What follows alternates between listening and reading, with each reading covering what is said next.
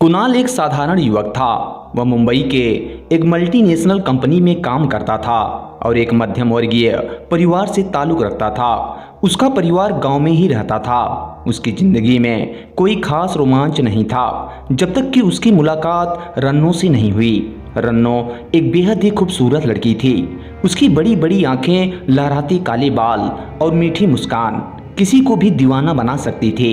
एक दिन कुणाल को कंपनी के काम से एक हफ्ते के लिए बाहर गांव जाना था, जहां उसकी कंपनी एक फैक्ट्री लगाने वाली थी और वहीं पर उसकी मुलाकात रन्नो से हुई। कुणाल शाम की बस से बाहर गांव के लिए रवाना हो गया। मुंबई से बाहर गांव तक जाने का रास्ता लगभग 2 घंटे का था, इसलिए कुणाल कान में ईयरफोन लगाए बस में बैठा म्यूजिक सुनता हुआ अपना सफ़र तय कर रहा था। लगभग 1.5 घंटे का सफ़र तय करने के बाद अचानक से बस रुक गई। यह देख कुणाल ने अपना म्यूजिक बंद किया और बस ड्राइवर के पास जाकर पूछा, क्यों, क्या हुआ? आपने ऐसे सुनसान जंगल में बस क्यों रोक दी? बस ड्राइवर बोला, साहब, लगता है गाड़ी का टायर पंचर हो गया है। आप लोग थोड़ा इंतजार करिए, मैं अभी दूसरा टायर लगाता हूँ। ड्राइवर की यह बात सुनकर कुणाल टहलता हुआ बस से थोड़ा दूर जंगल की ओर चला गया। लेकिन कुछ दूर चलने के बाद जब उसने अपने चारों तरफ देखा तो वो हैरान रह गया, क्योंकि अब वो घने जंगल के बीचों बीच था और उसके सामने एक गहरी खाई थी कि तभी कुणाल को ऐसा लगा जैसे किसी ने उसे पीछे से धक्का दे दिया हो, जिससे कुणाल का कदम लड़खड़ाया और वो उस खाई में गिरने ही वाला था कि तभी एक लड़की ने उसका हाथ थाम लिया। वो लड़की इतनी सुंदर थी कि कुणाल उसे देखता ही रह गया। वह लड़की बोली, बाबूजी, अब देखते ही रहोगे कि ऊपर भी आओगे? कहीं नीचे गिरने का इरादा तो नहीं है? कुणाल बोला, अरे नहीं। यह कहकर कुणाल ऊपर आ गया। वह बोला, थैंक्स, आपने मेरी जान बचाई, नहीं तो आज तो मैं इस खाई में गिरकर मर ही गया होता। पर मुझे यह समझ नहीं आ रहा कि मैं यहाँ आया कैसे। वह लड़की बोली, बाबूजी, ये जगह बड़ी ही रहस्यमयी और डरावनी है। यहाँ कब क्या हो जाए ये कोई नहीं जानता, इसलिए शाम ढलने से पहले जितना जल्दी हो सके आप यहाँ से चले जाइए, क्योंकि शाम होने के बाद यहाँ से कोई वापस नहीं जाता। ऐसा मैंने अपने दादाजी से सुना है। कि तभी कुणाल बोला, लेकिन तुम यहाँ क्या कर रही हो? वह लड़की बोली, बाबूजी, मैं पास के ही गांव में रहती हूँ। मेरे माँ बाप अब इस दुनिया में नहीं हैं। मैं जब 7 साल की थी तभी मेरे माँ बाबूजी को एक सांप ने डस लिया था, जिससे उन दोनों की मौत हो गई। उसके बाद से मेरे दादाजी ने ही मुझे पाला है, लेकिन वो भी अब काफ़ी बूढ़े हो चुके हैं और चल फिर भी नहीं सकते, जिससे घर के खर्च की जिम्मेदारी मेरे ऊपर आ गई। इसलिए मैं घर चलाने के लिए जंगल में लकड़ियां बीनने आई थी और अब मुझे भी चलना चाहिए, नहीं तो दादाजी गुस्सा करेंगे, क्योंकि शाम होने वाली है। वो लड़की बोले जा रही थी और कुणाल बस एकटक उसे देखे जा रहा था कि तभी उस लड़की ने कहा, बाबूजी, मैं जा रही हूँ और आप भी जितना जल्दी हो सके यहाँ से चले जाइए, ये जगह ठीक नहीं है। कुणाल बोला, अरे अपना नाम तो बताती जाओ। वो लड़की धीरे से मुस्कुराई और कहा, मेरा नाम रन्नो है। कुणाल बोला, बहुत ही प्यारा नाम है आपका, वैसे फिर कब मिलेंगे? वो लड़की बोली, अभी तो मिले हैं बाबूजी, बड़ी जल्दी है आपको मुझसे मिलने की। वैसे जब आप चाहें हम मिल सकते हैं। कुणाल बोला, लेकिन हम मिलेंगे कहाँ? वो लड़की बोली, गांव की सीमा के पास। इतना कहकर वो लड़की वहां से चली गई। अब कुणाल की दिलो दिमाग में बस रन्नो का ही चेहरा घूम रहा था। वह अब बस के पास पहुंचा तो बस ड्राइवर बोला कि क्या साहब, कहाँ चले गए थे आप? हम कब से आपका इंतजार कर रहे हैं, सारे यात्री बैठ गए हैं, बस आप ही बाकी थे। जल्दी बैठिए, रात होने वाली है और ऐसे में इस सुनसान जंगल में ज़्यादा देर रुकना ठीक नहीं है। कुणाल बस में बैठा और अपनी मंजिल की ओर रवाना हो गया। वह बस में भी रन्नो के बारे में ही सोच रहा था। लगभग आधे घंटे का रास्ता तय करने के बाद वो बस मदनपुर गांव पहुंची, जहां फैक्ट्री लगाने का काम चल रहा था। फैक्ट्री का जूनियर मैनेजर कुणाल को लेने के लिए पहले से ही बस स्टैंड पर आया हुआ था। वह कुणाल से बोला, साहब, आने में बड़ी देर कर दी। कुणाल बोला, हाँ, वो बस का टायर पंचर हो गया था ना, इसलिए लेट हो गया। वह कुणाल को लेकर रूम पर गया। वहाँ खाना पीना खाने के बाद कुणाल जब सोने के लिए बिस्तर पर गया तो उसे नींद ही नहीं आ रही थी। पता नहीं उस लड़की में ऐसा कौन सा आकर्षण था जो कुणाल को अपनी तरफ खींच रहा था। वह बस रन्नों के ख्यालों में ही खोया हुआ था और सुबह होने का इंतजार कर रहा था। फिर उसे कब नींद आ गई पता ही नहीं चला। सुबह हुई तो फैक्ट्री का काम निपटाने के बाद कुणाल शाम के लगभग 5 बजे मैनेजर का बाइक लेकर रन्नों से मिलने के लिए उसके गांव की तरफ निकल पड़ा। जंगलों के बीच से होता हुआ कुणाल बड़ी तेजी से आगे बढ़ रहा था क्योंकि वो रन्नों से मिलने के लिए बेताब था और शाम के वक्त उस सड़क पर दूर दूर तक कोई भी दिखाई नहीं दे रहा था। लेकिन जैसे ही वो रन्नों के गांव मनोहरपुर की सीमा में दाखिल हुआ तो उसे ठीक सामने सिर पर लकड़ी लिए रन्नों दिखाई दी। ये देखकर कुणाल एकदम से शॉक्ड रह गया क्योंकि रन्नों को देखकर ऐसा लग रहा था जैसे वो कुणाल का ही इंतजार कर रही हो। कुणाल बाइक से नीचे उतरा और बड़ी हैरानी से रन्नों को देखने लगा। रन्नों बोली, का हुआ साहिब, ऐसे काहे देख रहे हैं? का पहले कबों लड़के नहीं देखे हैं का? रन्नों की ये भाषा सुनकर कुणाल और भी हैरान था। वह बोला, नहीं ऐसी बात नहीं है, मैं तो तुमसे मिलने के लिए तुम्हारे घर आ रहा था पर तुम अचानक से यहीं पर मिल गई और तुम आज कुछ अलग ही भाषा में बोल रही हो। इसी बात पे मैं हैरान था। रन्नों बोली, इसमें हैरानी की बात का है साहिब, ये तो हमारे गांव की भाषा है। और रही बात यहाँ मिलने की तो हम जंगल से लकड़ियाँ बीनकर घर जा रहे थे, आपके बाइक की आवाज़ सुनी तो रुक गई। अब आप ही बताओ इसमें इतना हैरानी की बात का है साहिब? कुणाल बोला, हाँ शायद तुम ठीक कह रही हो, चलो अब तुम्हारे साथ ही तुम्हारे घर चलते हैं, तुम्हारा घर भी देख लेंगे और तुम्हारे दादाजी से मिल भी लेंगे और अब तो मुझे तुम्हारा घर भी नहीं खोजना पड़ेगा। कुणाल की इस बात पर रन्नों बोली, नाना साहिब आप हमारा संग हमारा घर ना ही चल सकत हो। वो का है ना कि हमारा गांव में कोनो लड़की अगर किसी अजनबी मर्द के साथ घूमत है तो हमारा गांव वाले बहुत बुरा मानत हैं, जिससे वो उस परिवार को ही गांव से बाहर निकाल देता है। यही हमारे गांव की परंपरा है साहिब, इसलिए साहिब आप हमारा घर नहीं आओ तो ही अच्छा है। रन्नों की यह बात सुनकर कुणाल आश्चर्य में पड़ गया। वह सोचने लगा कि भला ये कैसा गांव है जहां किसी अजनबी के मिलने से उसके परिवार को ही गांव से बाहर कर दिया जाता है। कि तभी रन्नों बोली, क्या हुआ साहिब, कहाँ खो गए? कुणाल बोला, कुछ नहीं, खैर ये बताओ तुम हमारी मुलाकात कैसे होगी? रन्नों बोली, क्यों साहिब, मैं तो आपको जानती भी नहीं और हमारा आपका रिश्ता ही का है जो आप हमसे मुलाकात करना चाहत हो?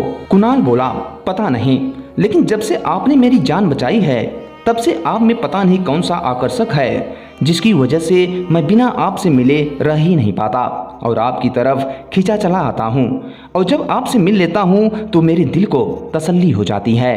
रन्नों बोली, साहिब आपकी जान बचाना तो वो तो मेरा फर्ज था, लेकिन अगर ये बात है तो आप हमारा से यहीं बखत यहीं जगह मिल सकत हो, लेकिन औरों कहूँ नहीं।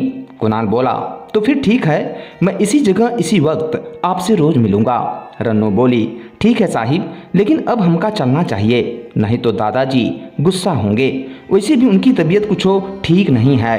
इतना कहकर रन्नों वहाँ से चली गई और कुणाल भी अपने कमरे पर वापिस आ गया। अब कुणाल हर रोज रन्नों से उसी जगह पर मिलने लगा क्योंकि वो रन्नों से प्यार करने लगा था और अब कुणाल के फैक्ट्री का काम भी खत्म होने वाला था क्योंकि उसे वहां आए हुए 6 दिन बीत चुके थे। इसलिए 7वें दिन कुणाल ने सोचा कि आज वो अपने प्यार का इजहार रन्नों से करेगा। लेकिन जब वो रन्नों से मिलने गया तो उसके कुछ कहने के पहले ही रन्नों ने कुणाल से रोते हुए कहा, साहिब हमारे दादाजी अब इस दुनिया में नहीं रहे और उनके सिवा हमारा इस दुनिया में कोई और नहीं है सिवाय आपके, क्या आप हमका अपनाएंगे? कुणाल को रन्नों की इस बात पर दुख भी था और खुशी भी, क्योंकि कुणाल यही तो चाहता था कि रन्नू उसकी हो जाए। इसलिए उसने उसके दादाजी के मरने का अफसोस करते हुए रन्नू को खुशी खुशी अपना लिया और उसे लेकर मुंबई चला आया। वहाँ शादी करने के बाद वह उसे लेकर अपने गांव अपने माँ बाबूजी के पास आ गया। कुणाल के साथ रन्नू को देखकर उसके माँ बाबूजी बोले, बेटा तुमने इतनी जल्दी शादी कर ली और बहू को भी लेकर आ गया, हमें बताया भी नहीं। कुणाल बोला, माँ बाबूजी सब कुछ इतना जल्दी हो गया कि बताने का मौका ही नहीं मिला, और हाँ आज अगर आपका बेटा जिंदा है तो सिर्फ आपकी बहू की वजह से। और फिर जब कुणाल ने रन्नू की सारी बातें अपने माँ बाबूजी को बताई तो उन्होंने भी खुशी खुशी अपनी बहू रन्नू को अपना लिया। कुणाल को शादी किए हुए अभी कुछ ही दिन हुए थे और सब कुछ काफ़ी अच्छा भी चल रहा था। लेकिन शादी के कुछ दिन बाद ही कुणाल को अजीब अजीब सी चीज़ें महसूस होने लगी। कभी कभी उसे लगता कि रात में रन्नो कमरे में नहीं है, जबकि दरवाजे बंद होते थे। कभी कभी जब वह आधी रात को उठता तो दिखता कि रन्नो बालकनी में खड़ी अंधेरे में किसी से बातें कर रही है। कुणाल के माँ बाबूजी को भी रन्नो का बर्ताव कभी कभी बहुत ही अजीब लगता था, जिसके बारे में उन्होंने कुणाल से भी बात की। जिस पर कुणाल बोला, माँ बाबूजी, अभी अभी वो नए घर में आई है, नया परिवार है, शायद इसलिए अभी उसे एडजस्ट करने में थोड़ी दिक्कत हो रही है। धीरे धीरे सब ठीक हो जाएगा। लेकिन एक रात तो हद ही हो गई जब कुणाल ने देखा कि रन्नो बिस्तर पर ही नहीं है, और जब उसने पूरे घर में उसे ढूंढा तो वह छत पर खड़ी अंधेरी में किसी को घूर रही थी। और जब कुणाल रन्नो को आवाज़ दी तो उसने पलटकर उसकी ओर देखा, लेकिन उस नज़र में जो भयानकता थी उसने कुणाल के रोंगटे खड़े कर दिए। उसकी आंखें सुर्ख लाल हो गई थी और उसके चेहरे पर एक भयानक हंसी थी। सुबह होते ही कुणाल को लगा कि शायद यह उसका भ्रम था, लेकिन अगले ही दिन उसकी माँ की तबीयत अचानक से बिगड़ गई। डॉक्टर भी कारण समझ नहीं पा रहे थे और धीरे धीरे सब कुछ ठीक होने के बजाय और भी ज़्यादा बिगड़ता जा रहा था। इसलिए कुणाल ने अब रन्नो के अतीत के बारे में जानने का फैसला किया, क्योंकि अभी तक वो रन्नो से सिर्फ गांव के बाहर ही मिला था। ना तो उसके गांव गया था और ना ही उसके घर वालों को ही जानता था। इसलिए उसने अपने कुछ दोस्तों की मदद ली और रन्नो के पुराने गांव के बारे में जानकारी इकट्ठा करना शुरू कर दिया, जिसके लिए वो अपने दोस्तों के साथ रन्नो के गांव गया। तो वहां से जो बातें सामने आई वो चौंकाने वाली थी। गाँव वालों ने बताया कि रन्नो कोई आम लड़की नहीं थी, वह पहले भी शादीशुदा थी, लेकिन उसके पति की शादी के कुछ दिन बाद ही रहस्यमयी तरीके से मौत हो गई। उसके बाद से वह भी गांव से अचानक से गायब हो गई। और सबसे चौंकाने वाली बात यह थी कि रन्नो की भी मौत कई साल पहले ही हो चुकी थी। गांव वालों की यह बात सुनकर कुणाल को लगा कि शायद यह सब एक मजाक है, लेकिन जब उसने गांव के सबसे बुजुर्ग पुजारी से बात की तो उन्होंने उसे जो बताया उसे सुनकर कुणाल के पैरों तले जमीन ही खिसक गई, क्योंकि उन्होंने कहा कि बेटा, रन्नो कोई साधारण इंसान नहीं थी। वह किसी का भी रूप धारण कर सकती थी और कोई भी भाषा बोल सकती थी, क्योंकि वह एक चुड़ैल थी जो पास के ही जंगल में रहती थी। और जब भी कोई नवयुवक उस जंगल में जाता था तो वह उसे अपने प्यार के जाल में फंसाती थी और फिर उससे शादी करके उसे वह अपने वश में कर लेती थी। और जब उसकी हवस पूरी हो जाती थी तो फिर कुछ दिन बाद वह उसे मौत के घाट उतार देती थी, क्योंकि आज से 40 साल पहले इस गांव में रन्नो नाम की एक औरत रहती थी जो तंत्र विद्या को सिद्ध कर रही थी, जिसके लिए वह गांव के नवयुवकों को अपने प्यार के जाल में फंसाती थी और फिर उसकी बलि दे देती थी। लेकिन एक दिन गांव वालों को उसके इस राज का पता चल गया, जिसे गांव वाले उस पर बहुत ही ज्यादा क्रोधित हो गए और उसे मारने के लिए उसके घर पर पहुंच गए।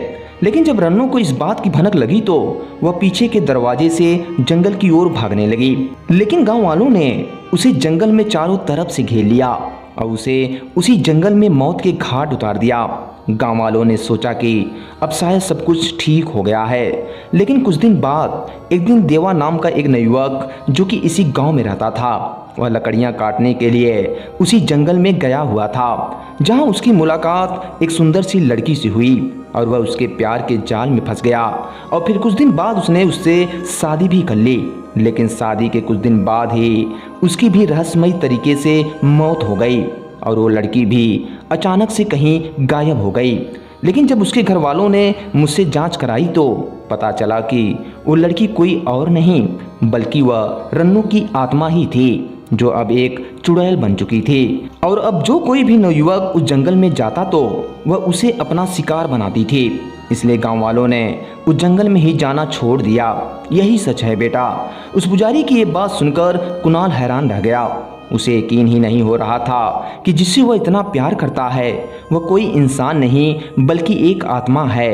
लेकिन अब कुणाल को यकीन करने के सिवा और कोई रास्ता ही नहीं था, क्योंकि कुणाल के साथ भी ऐसी ही घटना घटित हो चुकी थी। इसलिए उसे यह यकीन हो गया कि पुजारी जो कह रहा है वो सब सच है। इसलिए यह सब कुछ जानने के बाद उसने पुजारी से पूछा, बाबा क्या कोई ऐसा उपाय है जिससे मैं अपनी पत्नी से छुटकारा पा सकता हूँ।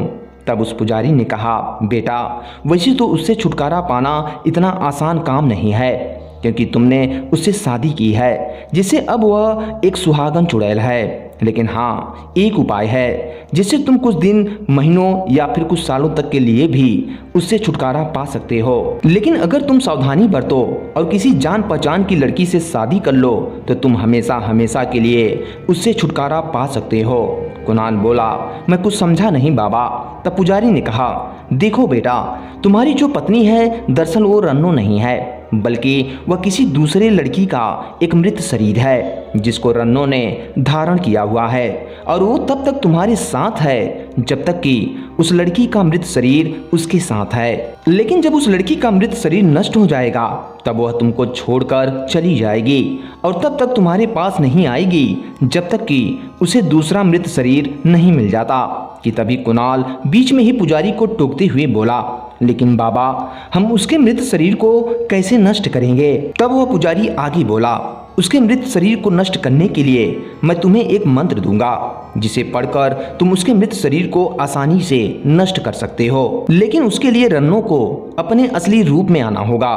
लेकिन उस शरीर के नष्ट हो जाने के बाद रन्नो फिर से नए शरीर की तलाश करेगी, जिसके लिए उसे कुछ दिन, महीनों या फिर कुछ साल भी लग सकते हैं। इसलिए मैंने कहा था कि तुम इस उपाय से कुछ दिन, महीनों या फिर कुछ सालों तक के लिए ही उससे छुटकारा पा सकते हो, लेकिन हमेशा के लिए कभी नहीं, क्योंकि कभी ना कभी उसे दूसरा मृत शरीर मिल ही जाएगा और वो फिर से तुम्हारे पास आ जाएगी और तुम्हें अपने वश में कर लेगी।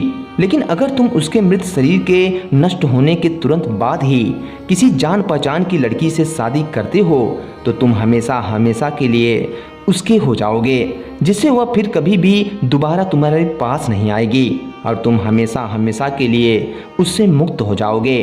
पुजारी की ये बातें सुनने के बाद कुणाल अपने दोस्तों के साथ रन्नो के गांव से वापस अपने घर आ गया। लेकिन अब कुणाल काफ़ी दुखी और निराश था, क्योंकि उसे उस राज का पता चल चुका था जिससे वो अब तक अनजान था कि उसकी पत्नी, जिसे वो बहुत प्यार करता था, वो इंसान नहीं बल्कि एक सुहागन चुड़ैल है।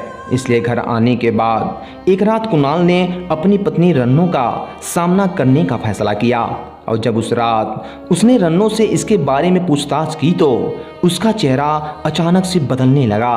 वह जोर जोर से हंसने लगी और उसकी आंखें खून की तरह लाल हो गई।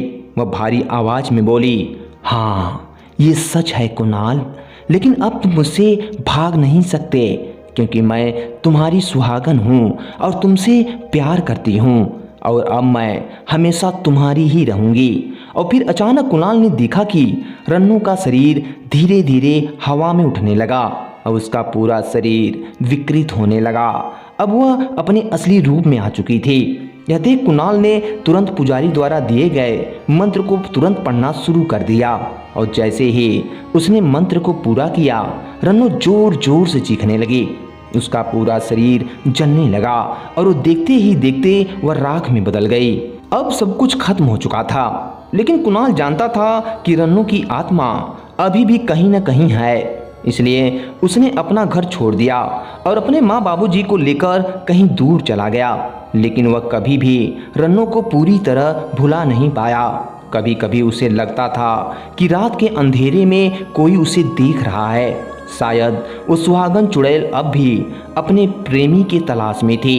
इसलिए कुणाल शादी करने के लिए अपने जान पहचान की लड़की की तलाश में था, ताकि वो उससे जल्द से जल्द शादी कर सके और उस सुहागन चुड़ैल से हमेशा हमेशा के लिए मुक्ति पा सके। दोस्तों, आप सुन रहे थे यूनिक स्टोरी वर्ल्ड में डरा देने वाली एक अनोखी कहानी, सुहागन चुड़ैल। दोस्तों, ऐसी ही कहानी सुनने के लिए आप हमारे YouTube channel unique story world को सब्सक्राइब और इस वीडियो को लाइक जरूर करें। दोस्तों, ये कहानी आपको कैसी लगी नीचे कमेंट बॉक्स में हमें अपनी राय देना बिल्कुल भी ना भूलें। वीडियो पूरा वॉच करने के लिए आप सभी का बहुत बहुत धन्यवाद।